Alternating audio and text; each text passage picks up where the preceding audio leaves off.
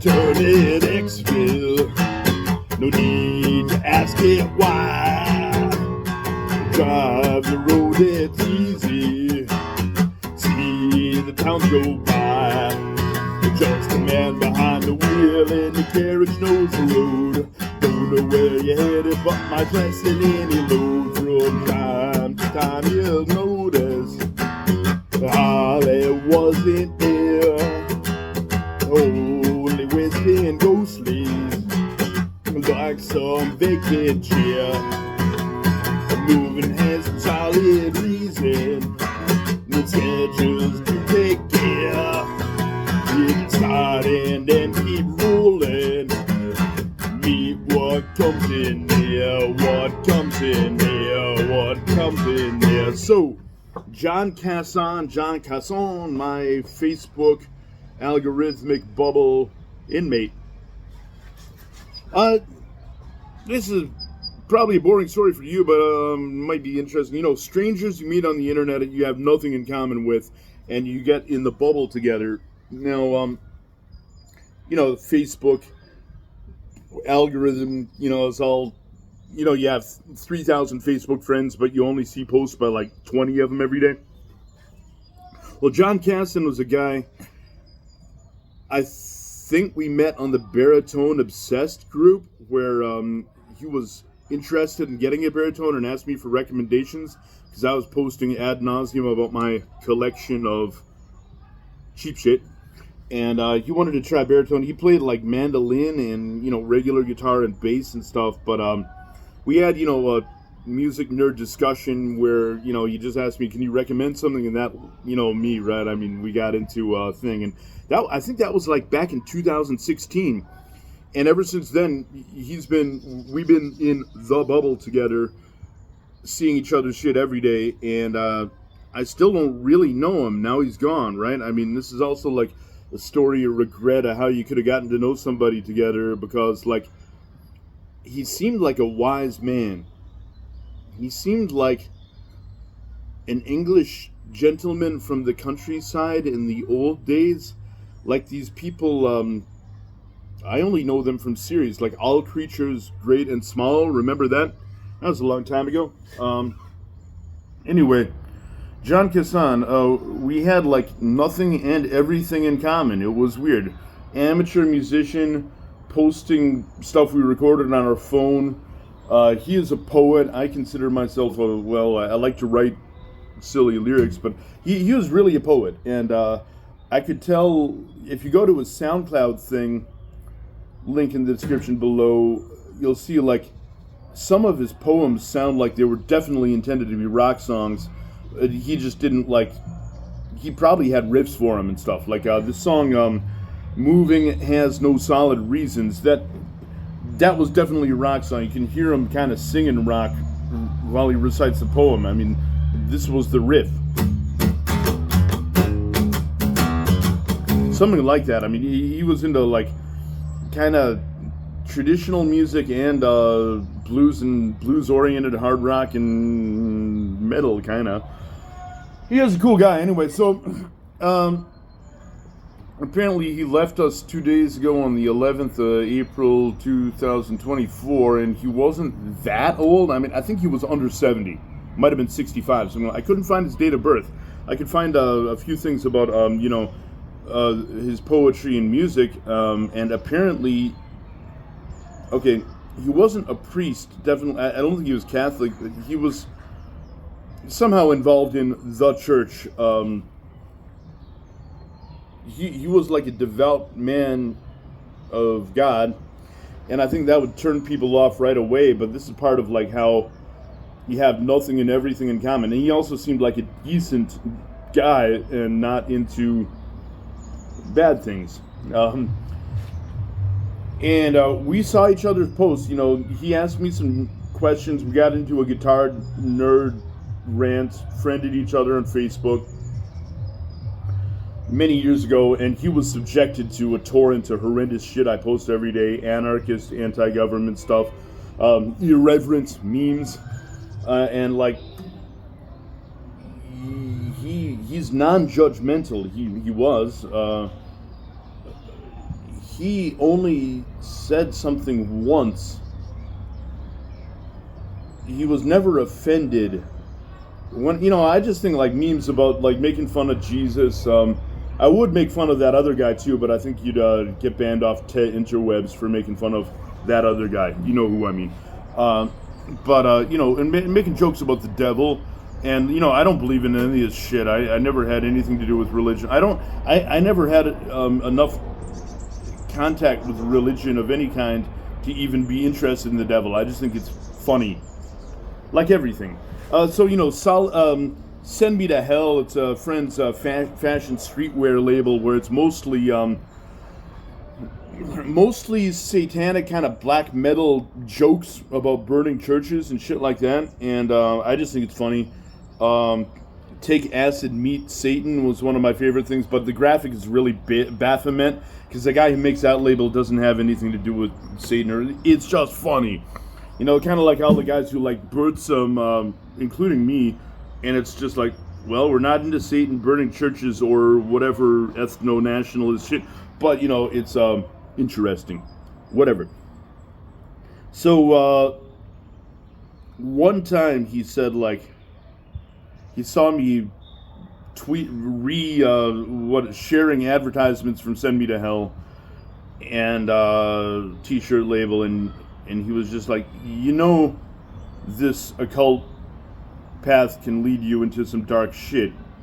And I think all he meant was that, like, if you really believe in this shit, it can psychologically fuck you up, which I think is, probably not wrong. A lot of satanic and also groovy gothic stuff. Fascination and morbid fascinations can probably fuck you up. I don't know. I just think it's funny. Anyway, so he was non-judgmental, passionate amateur musician, and he seemed to me, and a man of God. That's where we start differing. And his wife has Parkinson's, and she outlived him now. That's where we get to the serious shit. 7 minutes in. So he was disciplined, taking care of his wife with Parkinson's, who also just had a knee replacement a couple of weeks ago. Bernadette is her name. And, I think a lot of people would have just parked her in a intensive care facility out of sight, out of mind. But no, he took care of her until the bitter end. Every time I chatted with him, like, we didn't have, like, deep conversations. I don't really know the guy, like, he would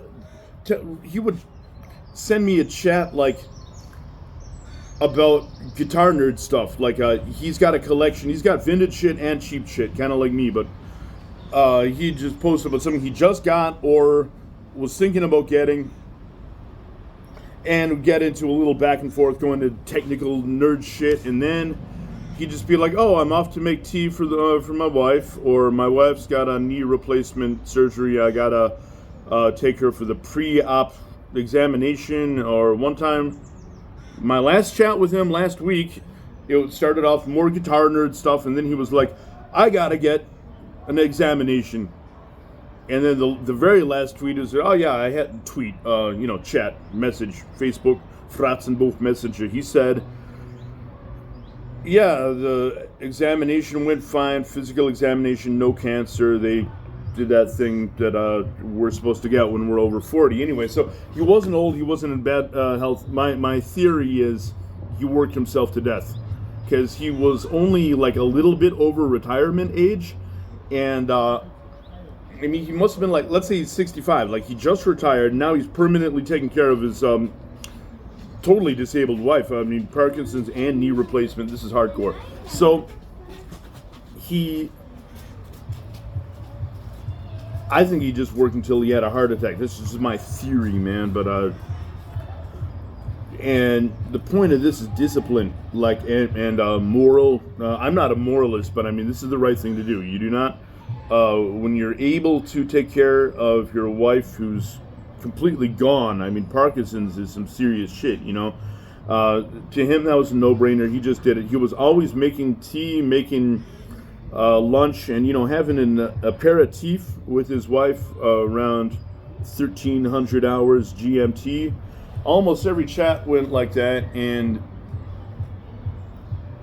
that's where we lead up to my second important point. It's like preparing to die, helping other people die better, and helping yourself die better. Do you have any good ways to do that, or post your feedback, experiences? We all have family members, friends, and family who are terminally ill or not long for this world in other ways, and you know, I think sometimes you do have to give up, otherwise you'll drive yourself crazy. And but a lot of times, like, there's something you can do to help them die better and help yourself die better. At least still be doing music. I mean, here's the thing: John Casson, he died a rockin' old man. I mean, and that's my own only, you know, that's my only goal in life. When I don't have to work anymore, be able to retire, or at least be able to spend a lot more money. Because here's one of the reasons I suck on guitars. I don't have time to practice much. I buy guitars out of boredom. Anyway, and I think John Casson was kind of the same. But, you know, he's a devout, maybe a pastor, I don't know. But, you know, he didn't preach. He wasn't into doing things that people hate Christians for, like, you know, being a moralistic pain in the ass. He was a cool guy. And he was into metal and stuff, too. I mean, I'm actually not into metal, but whatever. It's not bad. I just not my thing, you know. Anyway, so I made it way past my militant atheist phase a long time ago. You know, that was the angry young man phase everybody goes through, ages 15 to 25 or something. Ever since I lived in Europe, I met a lot more cool Christians who are do not fit the stereotype of being strict, fire and brimstone, judgmental, and into political shit that is really embarrassing for Christians and conservatives. I mean, really, I think if it weren't for the political shit in the U.S., people wouldn't hate Christians nearly as much. At least that's just my opinion, man. Anyway.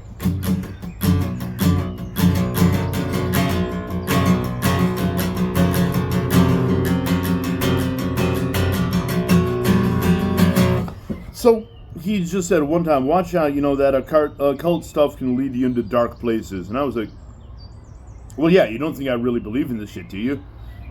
And he's like, oh, you're just making silly banter. I was like, yeah. He's like, all right, well, carry on then. See, good man, cool guy.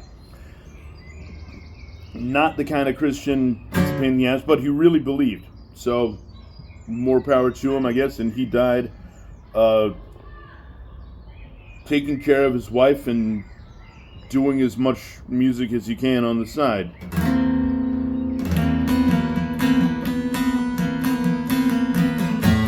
Just like me, he wasn't really a serious guy. You know, mostly when you have very little time because you're working all the time, you do end up just making recordings on your phone, and this is not stuff you can multi-track.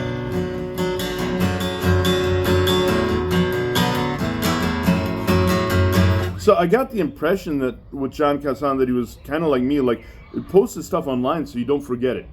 Because you can also record it and keep it on your hard disk, and then you will forget it. Because I mean, you just stack up in the files. But if you post it and you have some YouTube friends who comment on it, say like, "Oh, I like the idea, but you could do this better," or maybe that was a shitty idea. Because I thrive on negative feedback. I just don't get enough of it. Or interesting negative feedback, like you just can't play guitar and stuff.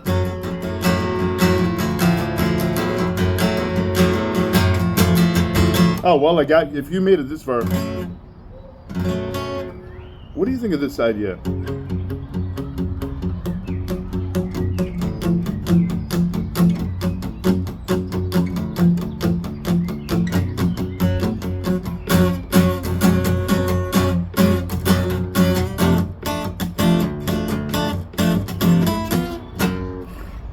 Whatever, I'm just playing, rambling now. But anyway, John Casson, a guy I didn't really know, he just left us, and I'm mostly sad for his wife, because I hope she has other family members to take care of her to make her predicament more bearable, or because I mean, having Parkinson's, like, or anything with total memory loss or kind of like semi-paralyzed, that's kind of like being in like a prison of the soul. And I don't even really, the soul, I'm not going to go down that rabbit hole. I don't believe in any metaphysical stuff. I mean, it's interesting to contemplate. Prison of the soul. So, like, how can you help somebody die better? We're all preparing for that, especially all of us over 40, pushing 50. A lot of my friends are over 60. Like Terrorist in Mind, he's like 63 now. And he's got good genes. And his parents are still alive. They're over 90. And they're not even vegetables yet. But they're, dependent. And he's taking care of them too. So doing your due diligence to interrupt your life or fit everything around your life. And even if you're not a moralist, like I'm not a moralist, but it's like, what's the right thing to do when you know. So John Casson,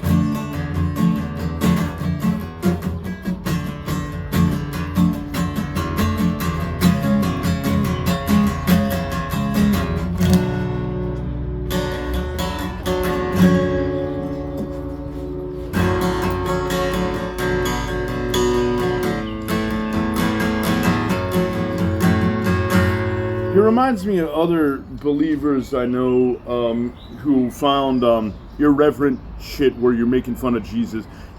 I think he thought it was like, oh, the guy's just being provocative, taking the piss, and it's like, yeah, I am, because I don't even have enough to do with the religion to have a vehement passion in making fun of Jesus. Like, I got through that phase a long time ago, and I bet it's like similar to like most of you. And it's kind of funny, like a guy like John Casson, he was kind of like an alternative free spirit guy, and also a believer. So you might think that's a paradox or a contradiction or something, but like maybe it works together too. More on that later. My best friend is also such a character, because if you think about it, the Bible does not really contradict being a hippie or a punk rocker. Just saying. But I only read the Bible in Old Church Slavonic and Ancient Czech, German, Old German, Altdeutsch. I never read it for any purposes other than academia.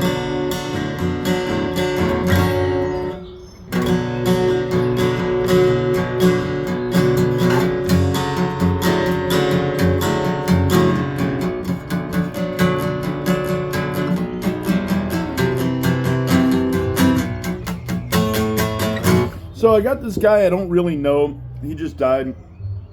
I sensed that he was a wise man, but we didn't really have deep conversations, and I'm trying to make the sense of it, and I bet you have similar situations.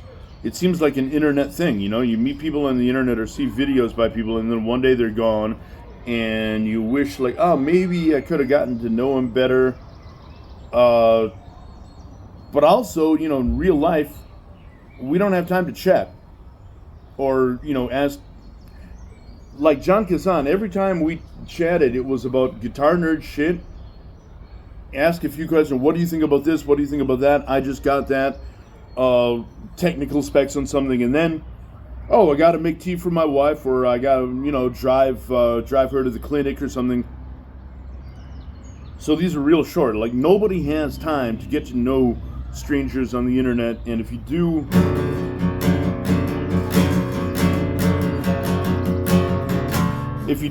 more power to you. So, rest in power, John Casson. I had a contemplative experience, and I'm not going to forget you. I'm going to try to figure out more about you, in fact. And the phenomenon, I think, applies to everybody who has Facebook friends who are strangers, and suddenly they die. And he was an interesting guy. We didn't have that much in common, but we kind of did. Anyway. And he proves you can be a rockin' old man, believer in God, who's still like an alternative free spirit cool guy. And that's pretty cool. So that's my honest take, for what it's worth, on a departed Facebook bubble inmate. Thank you if you made it to the end for watching, and enjoy your next fraction of eternity.